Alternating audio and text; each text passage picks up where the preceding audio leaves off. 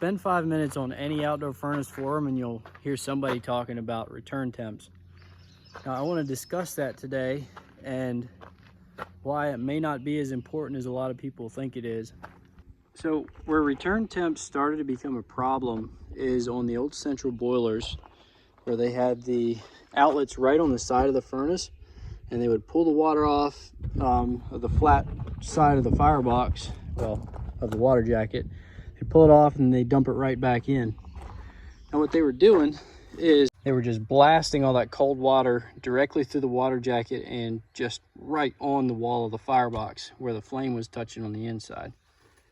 And that made a really cold spot right there against the fire. Now, if you take a glass of water and you set it outside on a hot day, it makes condensation. We all know what that is. If you own a furnace, you've seen it. All furnaces do it some, especially from a cold startup.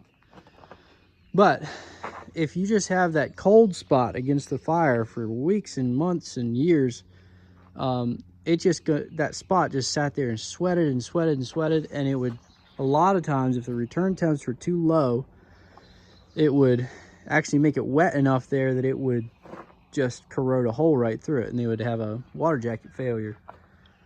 Now, that was with the central boilers, but with these C-Series heat masters, the return does not hit against the firebox. So what it's doing here, you have your two returns up top here, and that actually gets piped past the firebox down each side, and it actually ends up right up here below your vent pipe. So it's dumping your coldest water right up in the hottest part of the furnace in a fairly large cavity of water there that's getting heated. So it gets dissipated and mixed throughout the tank pretty quickly.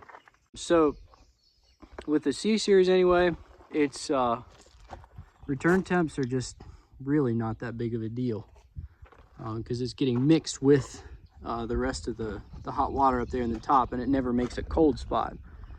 Now you'll want to do research on your own furnace and see how they're made, but if the return water is ending up right on your firebox wall, if it's dumping right on any place where it's running heat past it, it's going to make a cold spot if your return temps are low.